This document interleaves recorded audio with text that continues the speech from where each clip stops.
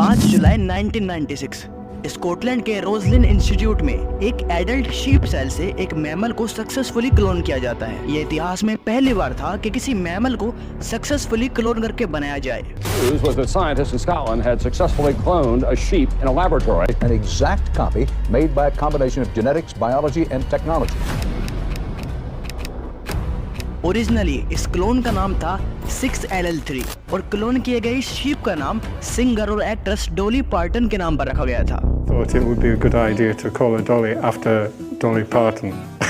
और यहाँ से एक सवाल उठता है कि अगर हम शीप को क्लोन कर सकते हैं तो फिर डायनासोर्स को क्यों नहीं। लेकिन यहाँ पर डायनासोर्स को क्लोन करने का सवाल उठा ही क्यों? दोस्तों, डायनासोर्स को वापस लाने का आइडिया इसलिए दिलचस्प है क्योंकि ये हमें अपने प्लेनेट के प्राचीन इतिहास और उस समय के जीव जंतुओं के साथ जुड़ने का अनोखा मौका देता है। ये हमारी रुचि को जगाता है कि क्या हम सच में उन प्राचीन विशाल प्राणियों को फिर से देख सकते हैं। वैसे क्या होगा अगर मैं आपसे कहूँ कि हमें डायनासोर्स को देखने के लिए उन्हें वापस लाने की जरूरत नहीं है, क्योंकि उनमें से ही कई स्पीशीज तो आज भी जिंदा है। अब कौन है वो और कहाँ पर है, इसका जवाब आपको वीडियो में आगे मिलेगा। दोस्तों, जब भी डायनासोर्स को जिंदा करने की बात आती है तो हमारे दिमाग में सबसे पहले आती है Jurassic park movie. Jurassic park एक ऐसी साइंस फिक्शन मूवी जो अपने साथ डायनासोर्स को जिंदा करने का ख्याल लाई और इसने दिखाया कि कैसे साइंस ने इम्पॉसिबल को भी पॉसिबल कर दिया। दो ऐसी स्पीशीज को मिलाकर जिनके बीच में 65 मिलियन सालों का फासला था। और साथ ही मूवी में एक साइंटिफिक तरीका भी दिखाया गया है जिससे कि डायनासोर्स को क्लोन कर जिंदा किया जा सकता है। मूवी में साइंटिस्ट ने एम्बर में बंद हुए एक डायनासोर ब्लड सकिंग इंसेक्ट एक मॉस्किटो से डीएनए एक्सट्रैक्ट किया और डायनासोर के उस डैमेज डीएनए को पूरा करने के लिए मॉडर्न एनिमल्स जैसे कि फ्रॉग का डीएनए इस्तेमाल किया गया था, जो फिल्म में एक ड्रामेटिक तरीके से दिखाया गया है। बट आज ऐसी टेक्नोलॉजी आ चुकी है जिससे कि हम किसी भी जानवर के डीएनए को क्लोन कर सकते हैं एंड यस, उसे रिक्रिएट भी कर सकते हैं। बट उस टेक्नोलॉजी को समझने से पहले हमें क्लोनिंग के पीछे की साइंस को समझना होगा। देखो भाई, हमारी कहानी शुरू होती है विशालकाय फॉसिल्स और उन जानवरों के अवशेषों से जो हमारी धरती पर युगों पहले राज किया करते थे। लेकिन यहाँ एक प्रॉब्लम है, उनका डीएनए जिसे कि लाइफ का ब्लूप्रिंट भी कहते हैं, वो समय के साथ बिखरी हुई एक पहेली की तरह हो चुका है, धुंधला और खराब, यानी काफी ज्यादा डैमेज हो चुका है। तो साइंटिस्ट इस प्राचीन पहेली को कैसे सोल्व करते हैं? सबसे पहले हमारे साइंटिस्ट एक फॉसिल को सिलेक्ट करते हैं जिसे नेचर ने केयरफुली सेडिमेंट्री रॉक्स में प्रिजर्व किया है। सिर्फ सेडिमेंट्री रॉक में ही क्यों? क्योंकि जैसे जैसे पृथ्वी के सरफेस पर चट्टानें टूटती हैं, सेडिमेंट्स वाटर और विंड जैसी इन्वायरमेंटल फोर्सेस के थ्रू ट्रांसफर हो जाते हैं और लेयर्स के रूप में जमा होते रहते हैं। टाइम के साथ ये लेयर्स बनती हैं और जम जाती हैं और सेडिमेंट्री रॉक्स बन जाती हैं। और अगर जीवों के शरीर इन लेयर्स के अंदर बंद हो तो उन्हें फॉसिल्स के रूप में प्रिजर्व किया जा सकता है। समझ गए अब? और दोस्तों, हमारे साइंटिस्ट जानते हैं कि हालात उनके खिलाफ है, क्योंकि एक छोटी सी गलती लाखों सालों से प्रिजर्व्ड फॉसिल और उसके अंदर मौजूद डीएनए को खराब कर सकती है। लेकिन साइंटिस्ट हार नहीं मानते। सबसे पहले वो फॉसिल का एक छोटा सा टुकड़ा लेते हैं, जैसे बोन या फिर टीथ। इसके बाद वे फॉसिल को ग्राइंड करते हैं। फॉसिल का एक छोटा सा टुकड़ा बारीक पाउडर में कन्वर्ट हो जाता है। ये एकदम खजाने के बक्से को खोलने जैसा है, लेकिन अंदर आपको सोना नहीं बल्कि ऑर्गेनिक रेसिड्यूज मिलेंगे। Now here comes the magic. Scientist एक स्पेशल केमिकल को यूज कर फॉसिल में मौजूद मिनरल्स को डिसॉल्व कर अलग करते हैं, जिसके बाद उसके अंदर सिर्फ ऑर्गेनिक मैटर बचता है जिसके अंदर डीएनए पाया जाता है। बट वेट, हमें अभी भी एकदम प्योर डीएनए नहीं मिला है। तो यहाँ पर साइंटिस्ट कुछ एडवांस केमिकल टेक्निक्स को यूज कर एकदम प्योर डीएनए एक्सट्रैक्ट करते हैं। एंड कांग्रेट्स, हमारे पास अब डायनासोर्स के डीएनए के टुकड़े आ चुके हैं। जेनेटिक कोड के ये टुकड़े उन प्राणियों के जीवन के रहस्य को छुपाते हैं जिन्होंने कभी पृथ्वी पर राज किया था। और दोस्तों, ऐसी ही एक मिस्ट्री सॉल्व हुई थी जब साइंटिस्ट ने बताया कि डायनासोर्स एक्चुअली में वैसे नहीं है जैसा कि हमें मूवीज में दिखाया गया है, बट मोर लाइकली डायनासोर्स के पूरी बॉडी पर फेदर्स थे, वो भी डिफरेंट कलर्स के। यानी कि मूवी में जैसे डायनासोर्स को खतरनाक दिखाया जाता है, वो एक्चुअली में इतने भी खतरनाक नहीं दिखते थे। Now back to the topic. दोस्तों, डायनासोर्स के डीएनए को क्लोन करना कोई सीधा और आसान रास्ता नहीं है। इमेजिन कीजिए कि आप एक ऐसी किताब पढ़ने की कोशिश कर रहे हैं जो टाइम के साथ खराब हो गई है।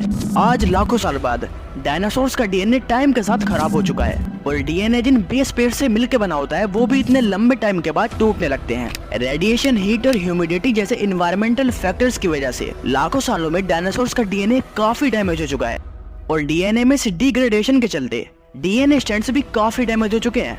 और इसकी वजह से उनके डीएनए का सही सीक्वेंस ढूंढना काफी ज्यादा मुश्किल हो चुका है और डीएनए सीक्वेंस में ये गैप्स मिसिंग चैप्टर्स की तरह हैं, जिससे कि क्लोनिंग प्रोसेस में दिक्कत आती है। और इन डीएनए गैप्स को फिल करने के लिए साइंटिस्ट उस स्पीशीज की क्लोजली रिलेटेड स्पीशीज का डीएनए यूज करते हैं, क्योंकि दोनों ही स्पीशीज का डीएनए बहुत हद तक सिमिलर होता है, बट स्टिल कुछ डिफरेंसेस जरूर होते हैं, जिससे हमें एक प्योर डायनासोर की जगह कोई और ही हाइब्रिड जानवर देखने को मिल सकता है। और अगर किसी भी वजह से डीएनए लाखों सालों तक प्रिजर्व हो जाता है, जैसे कि अगर आर्टिक की बर्फ के नीचे कोई फॉसिल मिले, Discover an ancient realm.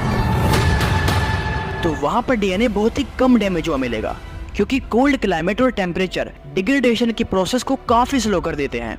जैसे अगर किसी भी इंसान की लाश को बर्फ में दफना दे तो वो बहुत ही लंबे समय तक प्रिजर्व रहती है। लेकिन यहाँ पर दूसरी दिक्कत है डीएनए का कॉन्टैमिनेशन, यानी डीएनए में इम्प्योरिटीज आ जाना।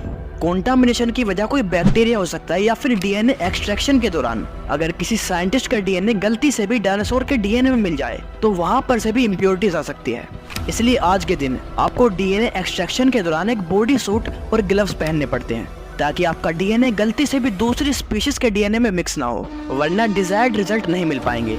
लेकिन सच बताऊं तो लिमिटेशन और चैलेंजेस तो कुछ भी नहीं है, क्योंकि असली दिक्कत तो उन्हें क्लोन करने के बाद आने वाली है, जिसके बारे में कोई भी बात नहीं करना चाहता। दोस्तों, डायनासोर्स का हमारे मॉडर्न इकोसिस्टम में आने से हमारा करंट इकोलॉजिकल बैलेंस बिगड़ सकता है, क्योंकि यहाँ पर डायनासोर्स के आ जाने से कई सारी एनिमल्स की स्पीशीज का एक्सटिंक्ट होने का खतरा रहेगा। और यहाँ एक सवाल उठता है हम इंसानों की मोरल रिस्पॉन्सिबिलिटी के ऊपर, क्या हम उन्हें एक प्रॉपर ट्रीटमेंट दे पाएंगे? क्योंकि आज का पोल्यूशन से भरा एनवायरनमेंट उनके लिए बिल्कुल भी सुटेबल नहीं है, क्योंकि डायनासोर्स के समय पर पृथ्वी के वातावरण में ऑक्सीजन की मात्रा लगभग 30 से 35% थी, जो कि आज के समय में घटकर सिर्फ 21% रह गई है। अब वो ऑक्सीजन की कमी से मरे ना मरे, लेकिन हॉलीवुड की इन साइंस फिक्शन मूवीज को देखकर जरूर मर जाएंगे। सोच रहे होंगे कि मैंने ऐसा क्यों कहा। दोस्तों, जुरासिक पार्क मूवी में क्लोनिंग की प्रोसेस को एकदम सीधा और आसान दिखाया गया है। हलवा है क्या भाई क्लोनिंग, जहाँ वेल प्रिजर्व्ड डायनासोर्स के डीएनए को एक्सट्रैक्ट किया जाता है और उसकी मदद से क्रिएचर्स को रिक्रिएट किया जाता है। और ये साइंटिफिक रियलिटी से काफी अलग है, जहाँ पर हमें डायनासोर्स का डीएनए डैमेज्ड और डिग्रेडेड फॉर्म में मिलता है, जिससे क्लोनिंग की प्रोसेस काफी ज्यादा मुश्किल और कॉम्प्लेक्स हो जाती है। और फिल्म में दिखाई गई सबसे अनसाइंटिफिक चीज थी डायनासोर्स के डीएनए गैप्स को फ्रॉग के डीएनए से भरना। रियलिटी में ऐसा जेनेटिक हेरफेर करना फिलहाल तो इमेजिनेटिव है, इसकी कॉम्प्लेक्सिटी की वजह से। डायनासोर के डीएनए को कंप्लीट करने के लिए फ्रॉग के डीएनए को यूज कर हमें प्योर डायनासोर नहीं बल्कि कोई हाइब्रिड क्रिएचर ही मिलेगा। अब इन सब फालतू चीजों को करने की बजाय हम यूज कर सकते हैं एक ऐसी टेक्नोलॉजी का जो कि एक्सटिंक्ट स्पीशीज को वापस लाने के लिए किसी वरदान से कम नहीं है, और वो है जीन एडिटिंग टेक्नोलॉजी CRISPR-Cas9। इसकी फुल फॉर्म है clustered regularly interspaced short palindromic repeats.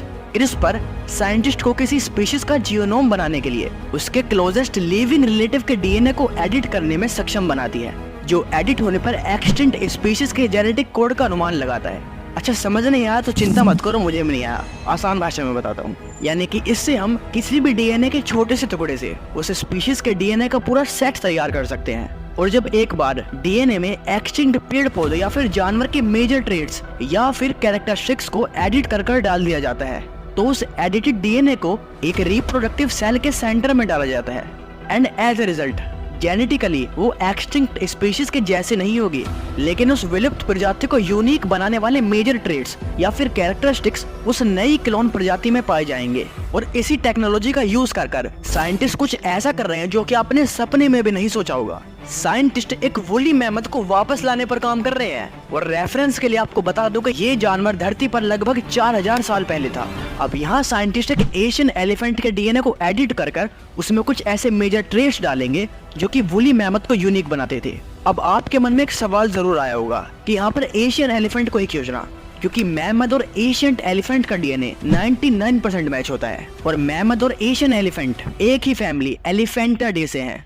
यानी कि इसका मतलब है कि मैमथ और एशियंट एलिफेंट एक ही कॉमन एंसेस्टर से आए हैं और उनके जेनेटिक कोड में अधिकतर सिमिलरिटीज हैं।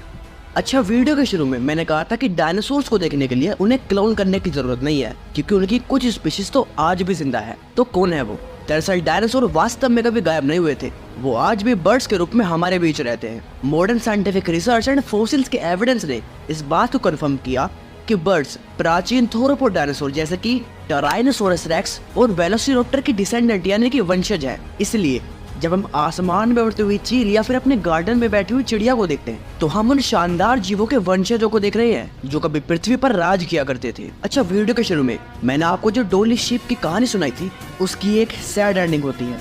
February 2003। Dolly the sheep has died. A scientist at the institute in Scotland where she was born said she was diagnosed with progressive lung disease.